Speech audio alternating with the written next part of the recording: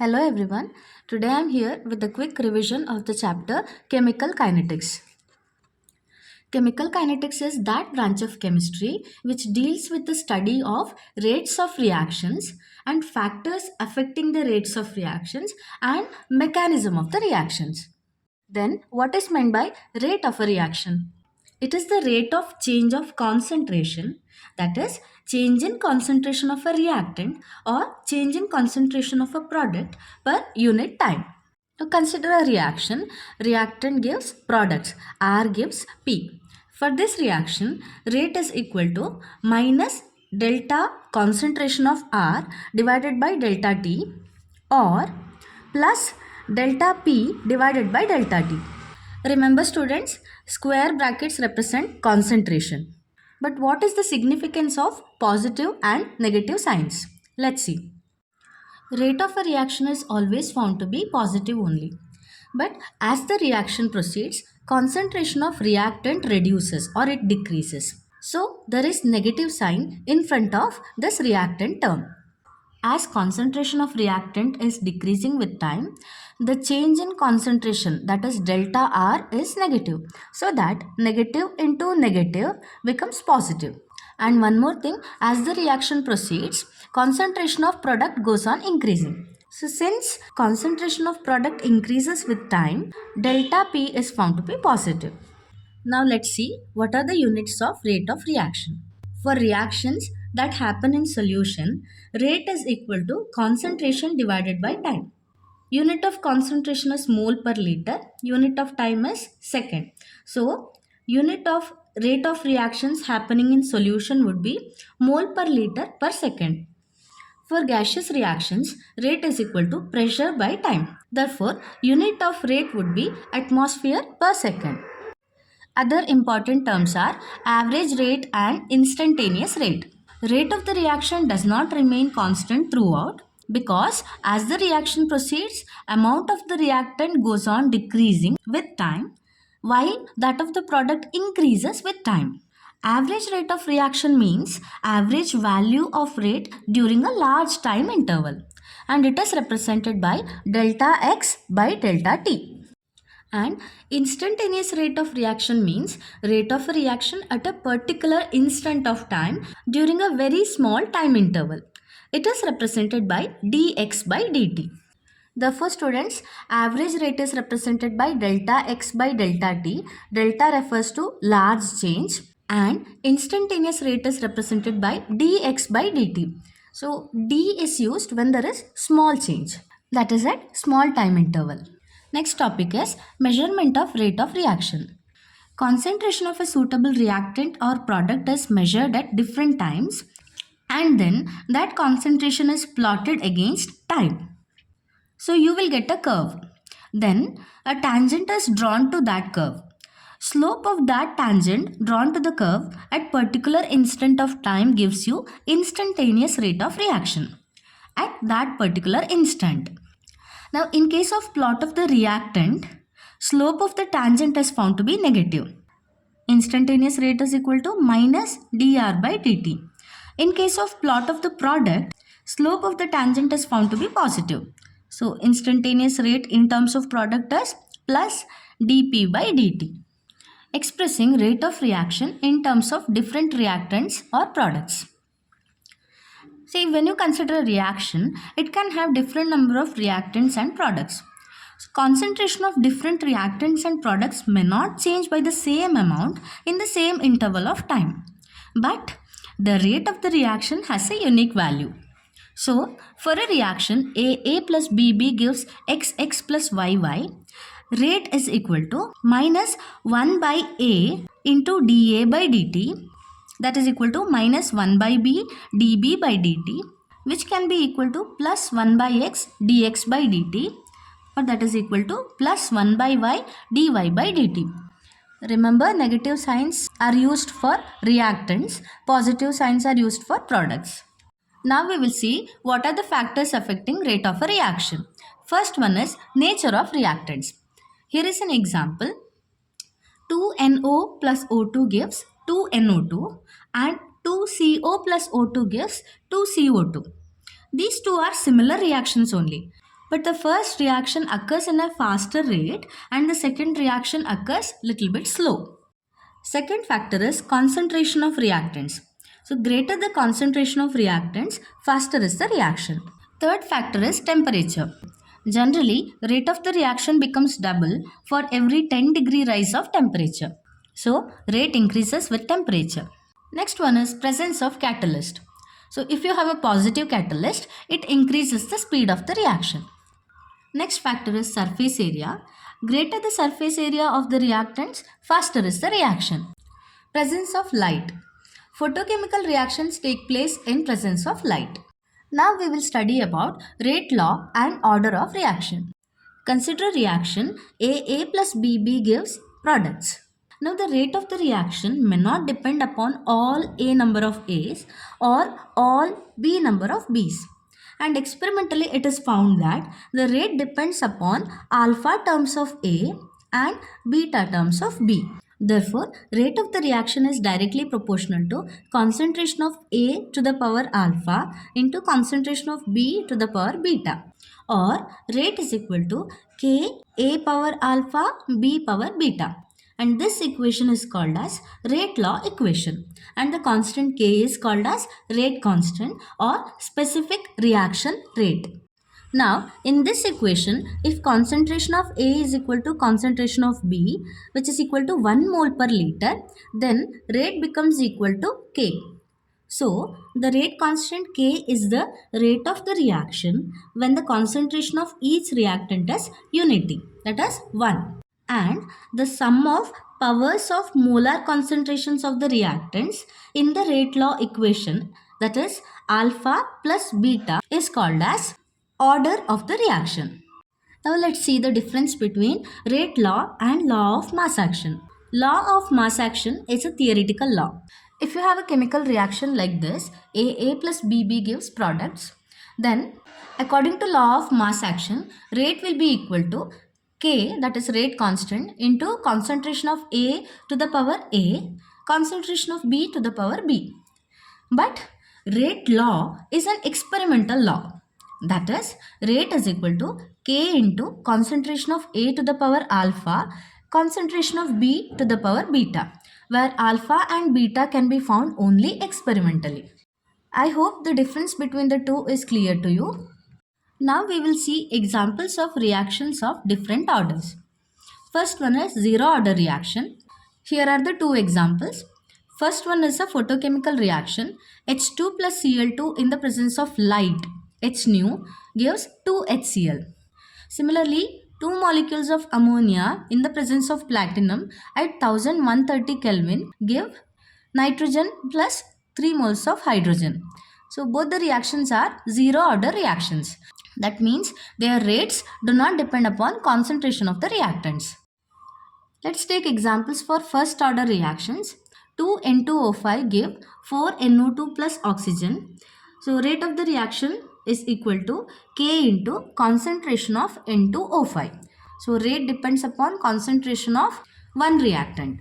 Then we have H2O2 gives H2O plus half O2. Rate is equal to K into concentration of hydrogen peroxide.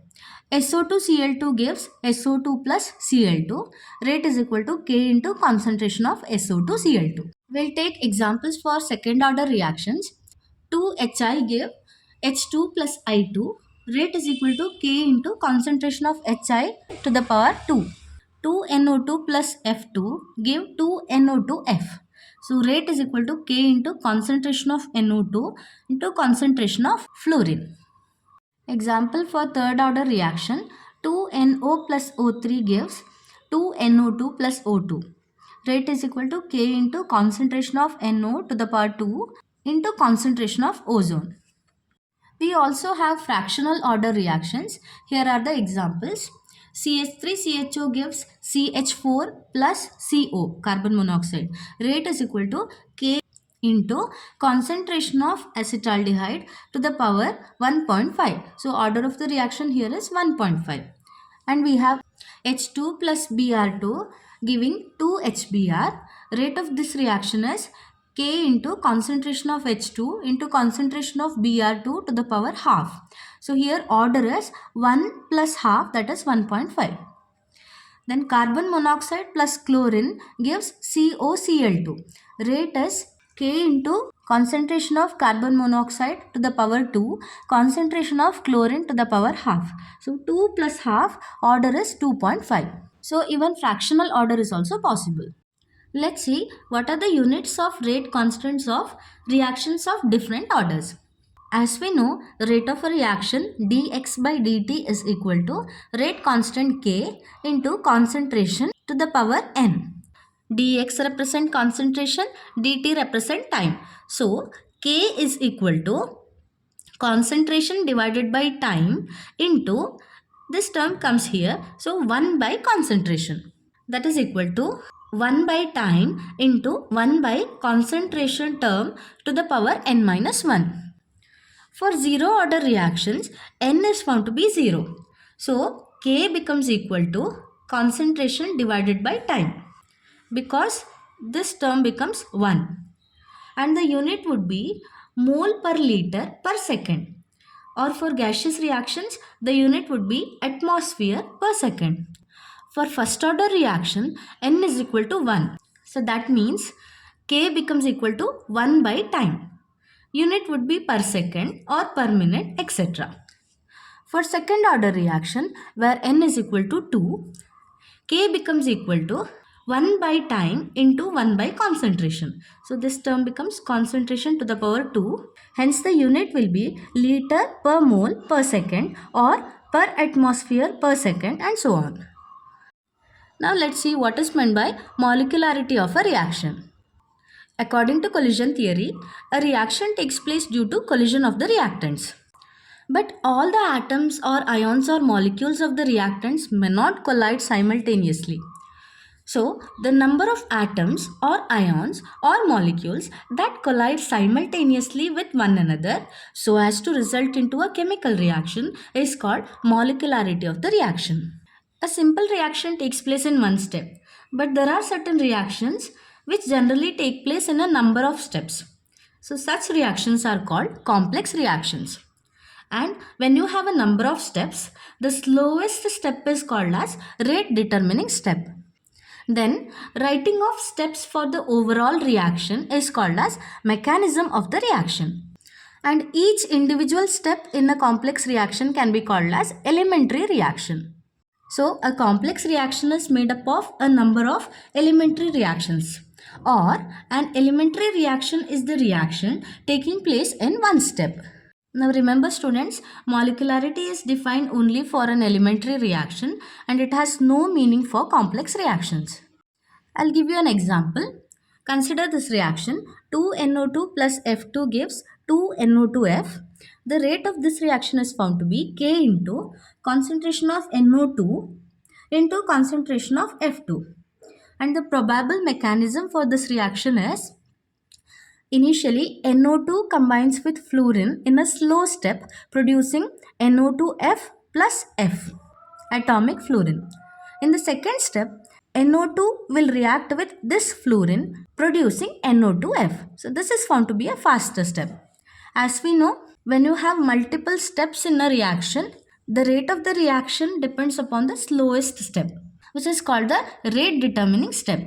Hence, this rate equation is given for the slowest step. That is why this reaction is found to be bimolecular. The next important term is half-life period of a reaction, which is represented by T half. It is the time in which half of the reactant reacts in a chemical reaction. Let's see the expressions for rate constant and half-life period of reactions of different orders. So we will be considering zero order reaction and first order reaction here. Let's take zero order reaction first. Consider the reaction A gives products. Since it is a zero order reaction, the rate of this reaction is equal to minus dA by dt minus rate of change of reactant by time. That is equal to rate constant K into concentration of A to the power 0. Since the order of reaction is 0. Now A to the power 0 is nothing but 1. So rate becomes equal to K, or dA is equal to minus K dt. Now integrate on both sides, we get concentration of A is equal to minus Kt plus I, where I is the integration constant. Now when time t is equal to 0, concentration of A becomes equal to initial concentration, which is represented as A naught. Therefore, this equation becomes concentration of A naught is equal to 0 plus I, which means the integration constant I is equal to A naught. We have to substitute the value of I in this equation. So we get concentration of A is equal to minus Kt plus A naught, or Kt is equal to A naught minus concentration of A, or Kt is equal to concentration of A naught minus concentration of A, or K is equal to 1 by T of A naught minus A. I have written the same equation here. If you rearrange it, concentration of A becomes equal to A naught minus Kt. This equation is the form y is equal to mx plus c. Therefore, a plot of concentration of A versus T will be linear with a negative slope that is equal to minus K. Now here, putting T is equal to T half, when concentration of A becomes equal to A naught divided by 2, initial concentration by 2. So T half will be equal to A naught by 2K, or for gaseous reactions, P naught by 2K. And this is the expression for half-life period of a zero order reaction. And this is the expression for rate constant of zero order reaction. I hope this concept is clear to you. Now we will learn the expression for rate constant of first order reaction. Consider a reaction A gives products. The rate of the reaction is directly proportional to concentration of A. So we are starting with A moles of reactant A. After time t, x moles per liter of reactant A have been decomposed. Therefore, the concentration of A after time t becomes equal to A minus x moles per liter. Then, according to the law of mass action, rate of the reaction is directly proportional to A minus x. That is, dx by dt is directly proportional to A minus x, or dx by dt is equal to the rate constant k into A minus x. Here k is called as the rate constant or specific reaction rate. Now, the expression for the rate constant k may be derived like this. This reaction is rewritten in this form: dx by A minus x is equal to k dt. Now you can integrate this equation. We get minus ln A minus x is equal to kt plus I, where I is the constant of integration. In the beginning of the reaction, when time t is equal to 0, x is also equal to 0, as no substance has decomposed or reacted at the beginning of the reaction. Now putting these values in this equation, we get minus ln A minus 0 is equal to k into 0 plus I. Or what is the value of I? It becomes equal to minus natural log A. Substituting the value of integration constant in this equation, we get minus ln A minus x is equal to kt plus minus ln A, or kt is equal to ln A minus ln A minus x, or kt is equal to ln A by A minus x. So what is the value of rate constant then? K is equal to 1 by t into natural log A by A minus x. You can convert natural log to the base 10. So the rate constant k becomes equal to 2.303 by t into log of A by A minus x. So this is the expression for rate constant of a first order reaction. You can also write this expression in another form. If you take the initial concentration as A naught and concentration after time t is A, then putting A is equal to A naught and A minus x is equal to A, then this equation will become K is equal to 2.303 by T into log of concentration of A naught divided by A. Further, putting A is equal to A naught and A minus x is equal to A in this equation, we get Kt is equal to natural log A naught divided by A.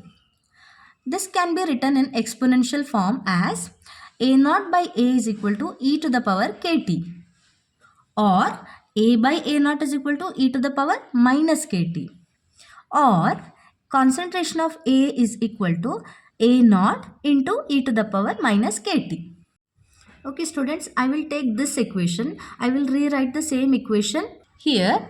It can be written like this: kt is equal to natural log A naught minus natural log A, or ln A is equal to minus kt plus ln A naught. This is of the form y is equal to mx plus c. Now a plot of ln A versus t will be linear with a negative slope that is equal to minus k.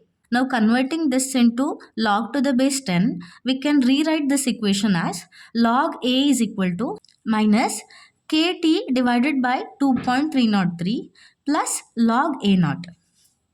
Now a plot of log A versus t will be linear with a negative slope that is equal to minus k by 2.303. I will rewrite this equation again like this: log A naught divided by A is equal to kt by 2.303.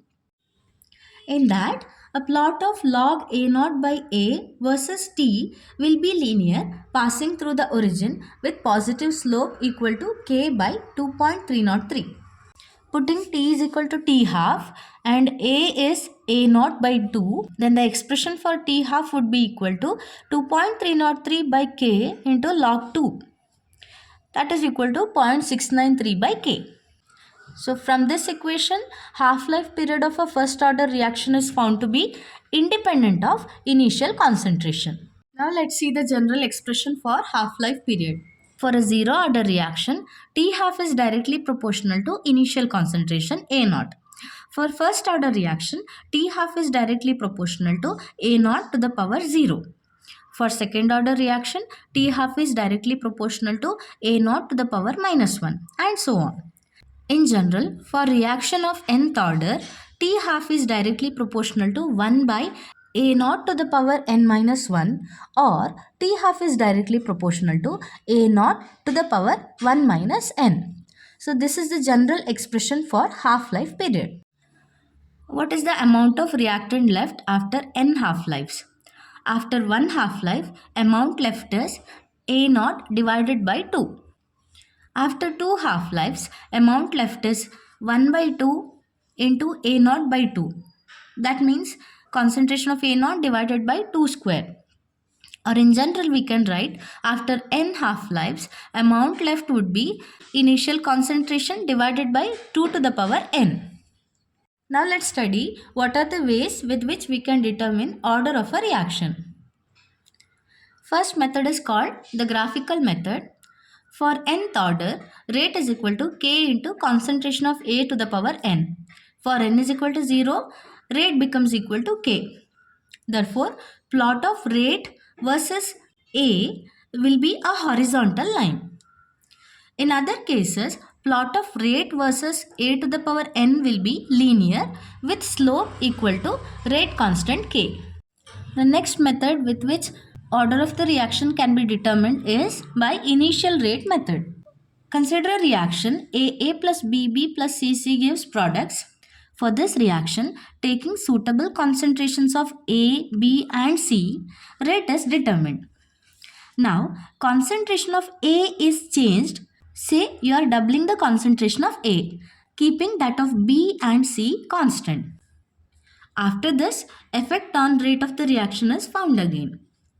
If order with respect to A, B and C are alpha, beta and gamma respectively, then the rate R01 will be equal to K into A01 to the power alpha, concentration of B0 to the power beta into concentration of C0 to the power gamma, and R02 will be equal to K into concentration of A02 to the power alpha, concentration of B0 to the power beta, concentration of C0 to the power gamma.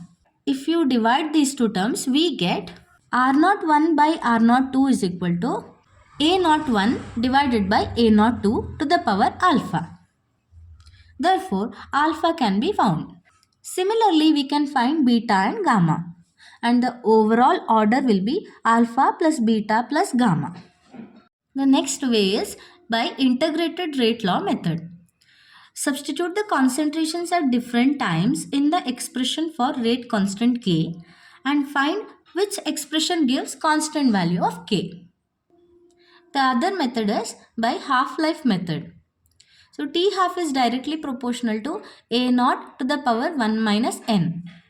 Starting with two different initial concentrations, we have to find T half. Then T half 1 by T half 2 will be equal to A naught 1 by A naught 2 to the power 1 minus N. We can take log and calculate N. Now for some reactions, the expression for rate constant is modified and used. We will study about it now. The first reaction is decomposition of nitrogen pentoxide. Now nitrogen pentoxide is a volatile solid. It decomposes in the gaseous state as well as in an inert solvent like this. So N2O5 gives N2O4 plus half O2. Then N2O4 decomposes to produce 2NO2. Now when the reaction is carried out in solution, N2O4 and NO2 will remain in the solution and the volume of oxygen gas collected is noted at different intervals of time. And it is found that volume of oxygen gas collected at any time Vt is directly proportional to amount of nitrogen pentoxide decomposed. That can be taken as X. That is, X is directly proportional to Vt. Now, volume of the oxygen gas collected at infinite time, that is V infinity, will be directly proportional to amount of N2O5 initially taken. That is nothing but A. So, A is directly proportional to V infinity. Now you have to substitute these values in the first order equation. That is, K is equal to 2.303 by T into log of A by A minus X. When you substitute the values, we get K is equal to 2.303 by T into log of V infinity divided by V infinity minus Vt. So this is a modified expression for rate constant for this particular reaction. Similarly, for the reaction H2O2 gives H2O plus half O2, the modified expression for rate constant K is equal to 2.303 by T into log of V naught by Vt. So remember these equations. Next topic is pseudo first order reactions. So pseudo first order reactions are those reactions which are not truly of first order, but under certain conditions they become reactions of first order. Let's take examples. The first example is acid hydrolysis of ethyl acetate. So ethyl acetate is taken CH3COO C2H5 plus H2O in the presence of an acid H plus. It gets hydrolyzed to acetic acid and ethyl alcohol CH3COOH plus C2H5OH. The rate of this reaction is directly proportional to concentration of ethyl acetate only. And here water is taken in excess.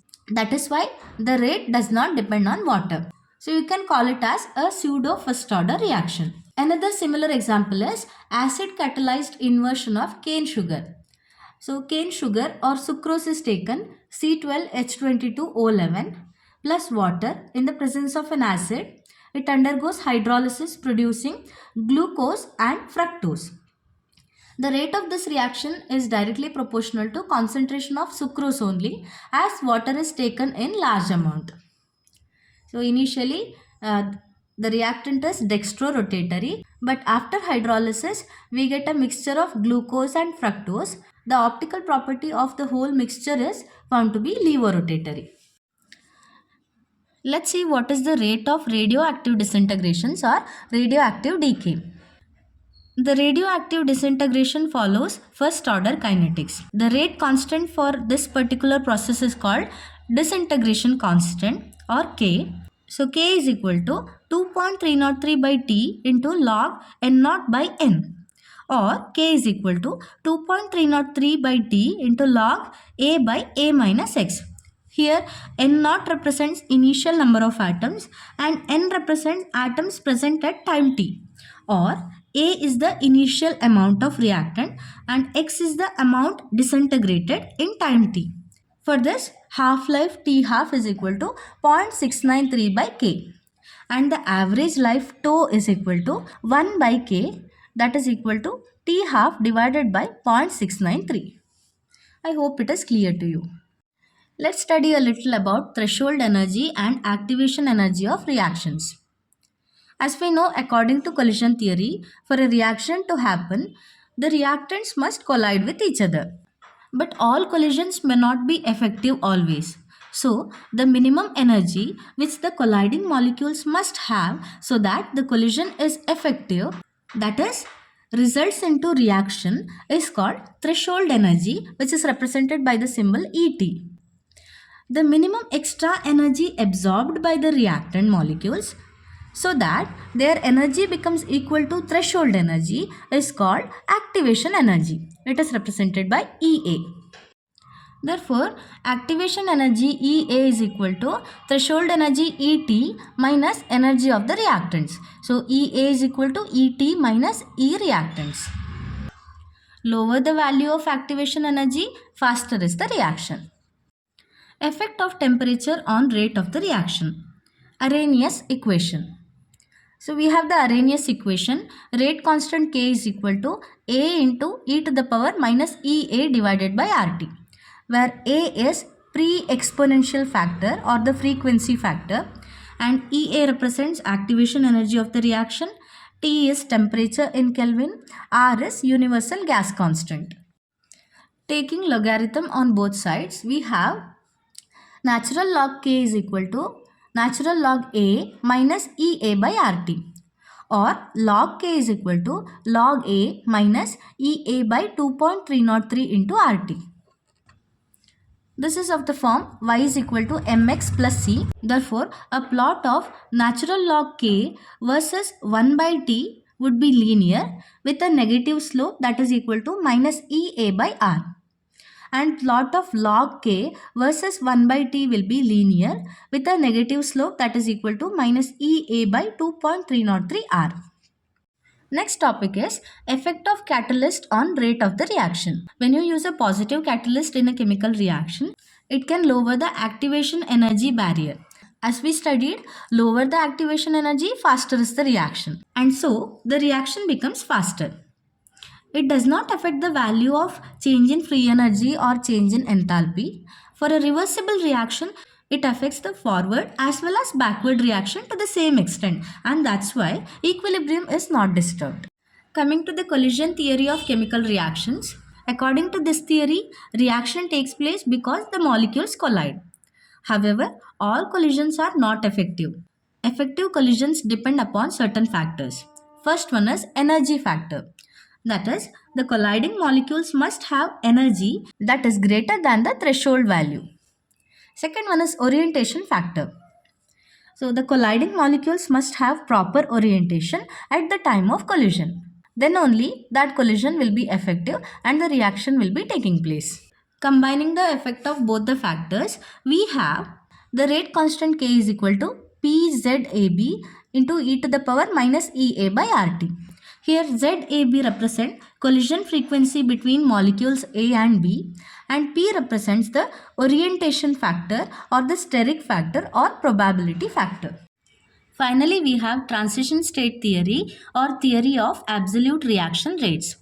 According to this theory, before changing into products, the reactant molecules first combine together to form an intermediate called activated complex. This activated complex has high energy and that's why it is found to be highly unstable.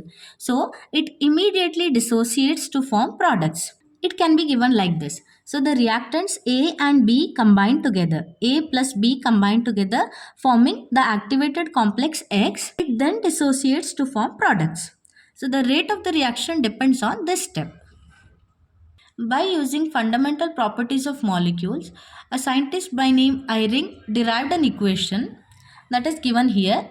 The rate constant K is equal to RT by NH into e to the power delta S star divided by R into e to the power minus delta H star divided by RT. This is called as Eyring equation. Here delta S star represent entropy of activation and delta H star represent enthalpy of activation. So students, that was a quick revision of chemical kinetics. For detailed explanations and detailed derivations, you can go through your textbooks, and thank you so much for watching.